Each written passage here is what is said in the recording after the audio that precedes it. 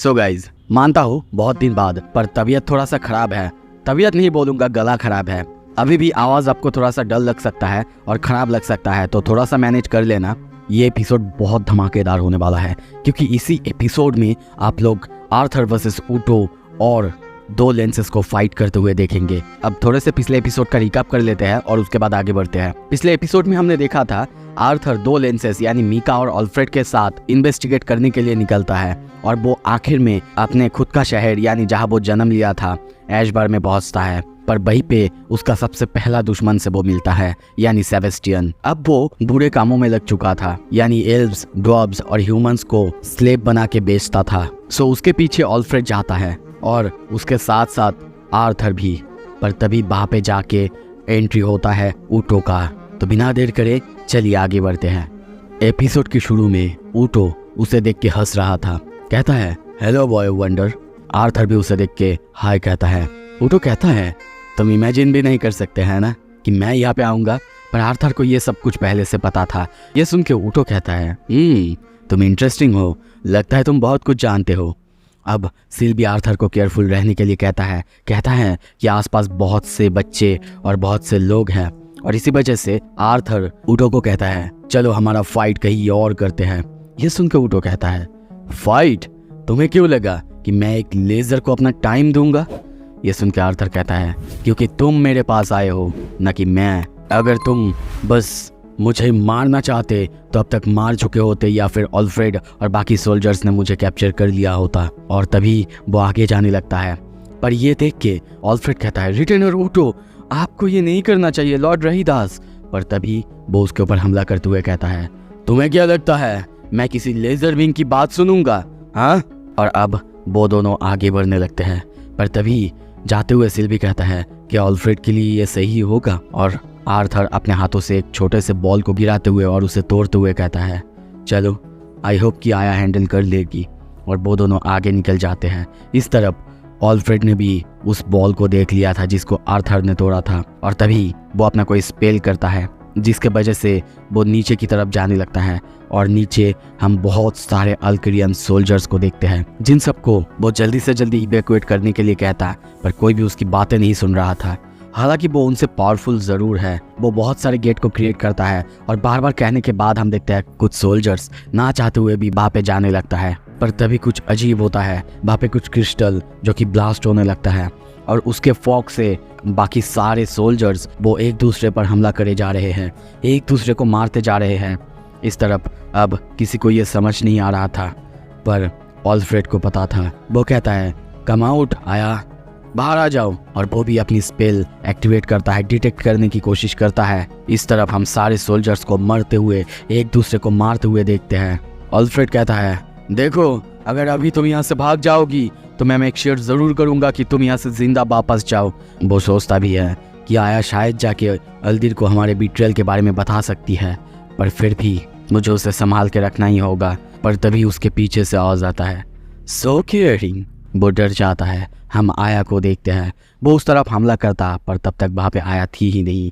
फिर से कहती है मुझे तो तुम्हें शुक्रिया कहना चाहिए, एक साथ सारे अल्क्रियन सोल्जर्स को तुमने एक ही जगह पे लाया। हिस्ट्रिया वो अभी भी स्प्रेड हो रही है बहुत तेजी से। ऑल्फ्रेड उसे अपने इल्यूजन्स को छोड़ के बाहर आने के लिए कहता है कि उसे कोई शेम है कि नहीं कि वो एक लेंस होके ऐसे छुप के फाइट कर रहा है। पर तभी वो कहती है शेम? तुम कह रहे हो शेम की बात? जो तुमने हमें धोखा दिया है, आखिर वो किस चीज़ की बात है, हाँ? इस तरह ऑल्फ्रेड सोच रहा था कि वो ड्वार्वेंस को कोई भी प्रॉब्लम नहीं होने देगा और इसी वजह से वो अपने सोल्जर्स यानी जिनको वो क्रिएट किया था उनके साथ थोड़ा सा हायर जाने की कोशिश करता है। पर इस तरफ आया वो भी अब उसके पीछे ही थी। वो जब ऑल्फ्रेड ऊपर जाता है तभी बाकी जो अल्क्रियंस बीस्ट थे वो सब उसके ऊपर हमला कर देते हैं। वो किसी तरीके से सबको मारने की कोशिश करता और तभी आया सामने आती है, कहती है एज एक्सपेक्टेड मैंने अपनी गार्ड डाउन नहीं की। इस तरफ ऑल्फ्रेड अब उसके ऊपर हमला करे जा रहा था। वो उसकी सोल्जर्स से उसे मारता, पर आया आसानी से उसके सारे सोल्जर्स की अटैक को टैकल कर पा रही थी और उसे फिर से धोखे के बारे में कहती है। पर ये सुन के अब ऑल्फ्रेड को गुस्सा आ जाता है। वो कहने लगता है तुम एल्व्स, तुम कभी भी हमें नहीं समझोगे, कभी भी नहीं। मेरे लोगों ने कितना कष्ट किया है, कितना कुछ सहा है हमने। हमें हमेशा एक लोअर क्लास ही समझा जाता है, चाहे हम कुछ भी कर ले। हमारी मैजिक कभी भी तुम्हारे जैसे डिस्ट्रॉय नहीं करता, बल्कि क्रिएट करता है। क्या इसी वजह से मुझे लॉर्ड रहीदास पर पूरा विश्वास है। उन्होंने एक सही डिसीजन लिया है वृत्रा आर्मी और अल्क्रियन आर्मी के साथ ज्वाइन करके। ये सुन के आया कहती है, क्या तुम्हें लगता है वृत्रा तुम्हारे बारे में परवाह भी करेगा, तुम्हारे लोगों के बारे में परवाह भी करेगा? वो लोग हमें कुछ नहीं समझते, इसीलिए तो हमें लेज़र विंग कहते हैं, क्योंकि हम भी उनके सामने कुछ भी नहीं है। और इसी वजह से वो अल्क्रियंस के साथ एक्सपेरिमेंट करते हैं। क्या तुम्हें नहीं लगता कि वो हमारे साथ भी ऐसा कर सकते हैं?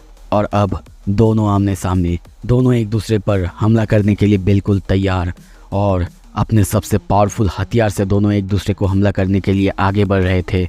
और अपने अपने सबसे पावरफुल हथियार से दोनों एक दूसरे पर हमला करते हैं। चारों तरफ सब कुछ तबाह हो रहा है, पर उन दोनों को कुछ भी नहीं हो रहा था। पर तभी आया एक खतरनाक हमला करती है, जिसके वजह से ऑल्फ्रेड, उसकी हालत ख़राब हो जाता है। वो नीचे उतर आता है और उसके फेस में हम एक आर्मर को देखते हैं। पर तभी आया अपना एक खतरनाक हथियार क्रिएट करती है, और ऑल्फ्रेड भी, दोनों एक दूसरे पर हमला करने के लिए आगे बढ़ते हैं। और आया का जो हथियार था वो शायद ऑल्फ्रेड के चेहरे पर लगता है, जिसकी वजह से उसका मास्क वो उतर जाता है।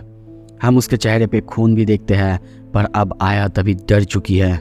ऑल्फ्रेड कहता है, तुम सच में बहुत क्लेवर और रिसोर्सफुल हो आया, पर तुम्हारे अंदर बिल्कुल पेशेंस नहीं है। मैं ये कभी नहीं चाहता था कि ये समय आए। और तभी हम देखते हैं उसका हाथ उसके बॉडी के आर पार हो चुका है। वो कहता है, आई एम सॉरी आया, I am sorry. Scene shift होता है। दूसरी तरफ आर्थर और ऊटो को देखते हैं। वो दोनों जा रहे थे शहर के बीच में। आर्थर सिल्वी को कहता है, हाँ मुझे पता है, मैं सेंस कर सकता हूँ इसके और लास्ट रिटेनर के बीच का डिफरेंस। ऊटो कहने लगता है, तुम्हें पता है एक एनिमी को सबसे ज़्यादा मोटिवेट किया करता है? मैंने देखा है, जो रिवेंज लेने के लिए आता है या फिर जिसके अंदर गुस्सा भरा हुआ होता है, वो सबसे ज़्यादा अच्छा एनिमी होता है। आर्थर कहता है, क्या तुम्हें लगता है ये सब कुछ रिवेंज के लिए है? और तभी ऊटो लेंस अलिया के बारे में कहता है। पर आर्थर कहता है, जब वो मर रही थी तब मैं वहाँ पहुँचा था, पर हाँ मैं उसकी बदला लेने के लिए ऐसा नहीं कर रहा हूँ। ये सुन के ऊटो तभी वहीं पे कुछ लोग थे, उन सब के ऊपर खतरनाक हमला करता है और इंस्टेंटली उन सबको मार देता है। ये देख के आर्थर बहुत ज़्यादा चौंक जाता है। और अब ऊटो उसे मोटिवेट करते हुए कहता है, आई होप अब तुम मोटिवेट हो चुके हो। और तभी आर्थर अपनी पावर्स का इस्तेमाल करता है, एक बंदे को वहीं पे बचाते हुए सबको वहाँ से भाग जाने के लिए कहता है। पर ऊटो यहाँ पे रुकता ही नहीं। वो सबसे पहले उसकी फैमिली की बात करता है और उसके बाद प्रिंसेस तेसिया की बात करता है। पर तभी सिल्वी ट्रांसफॉर्म होता है और वो सीधा जाके उसे लेके एक बहुत दूर पहाड़ में जाके फेंकती है। अब सिल्वी के ऊपर आर्थर था। ऊटो सिल्वी के बारे में कहता है कि उसकी माना पावर वो थोड़ी सी अलग लग रही है, फिर भी चाहे कुछ भी हो जाए आर्थर को जितना हेल्प मिल सके उतना अच्छा। और अब वो भी अपनी पावर्स का इस्तेमाल करना चालू करता है। आर्थर अब नीचे आता है और सिल्वी को कहता है, ये अच्छा ही है कि एक रिटर्नर होके भी उसने तुम्हें नहीं पहचाना। और अब वो भी बैटलफील्ड में उतर चुका है। चारों तरफ कांटे और कांटे था। सिल्वी और वो दोनों मिलके एक साथ ऊटो पर हमला करते और दोनों का पावर जब टकराता है, चारों तरफ सब कुछ तबाह होते हुए जा रहा था। ऊटो कहता है, नॉट बैड।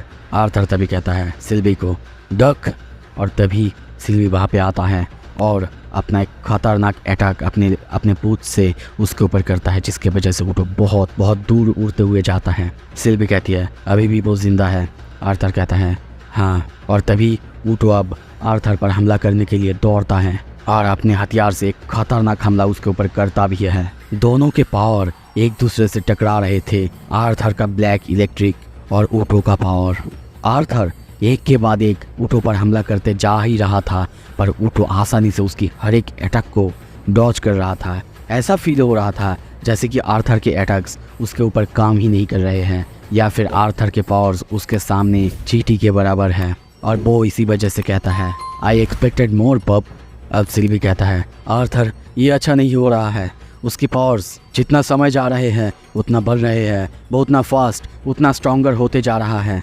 और तभी आर्थर फिर से अपने पावर्स को इकट्ठा करता है और एक खतरनाक पंच उसके ऊपर मारता और साथ ही में अपने आप को रेल्म हार्ट में बदल लेता है। और तब जब वो वहाँ पे ज़मीन पे खतरनाक पंच मारता है, वहाँ पे कुछ नोटिस करता है। ऊँटों के पावर्स वो उसके शैडो से आ रहे थे। वो सिल्वी को इस बारे में कहता है जो भी स्पाइक्स आ रहे हैं वो सब कुछ शैडो की मदद से ही आ रहे हैं।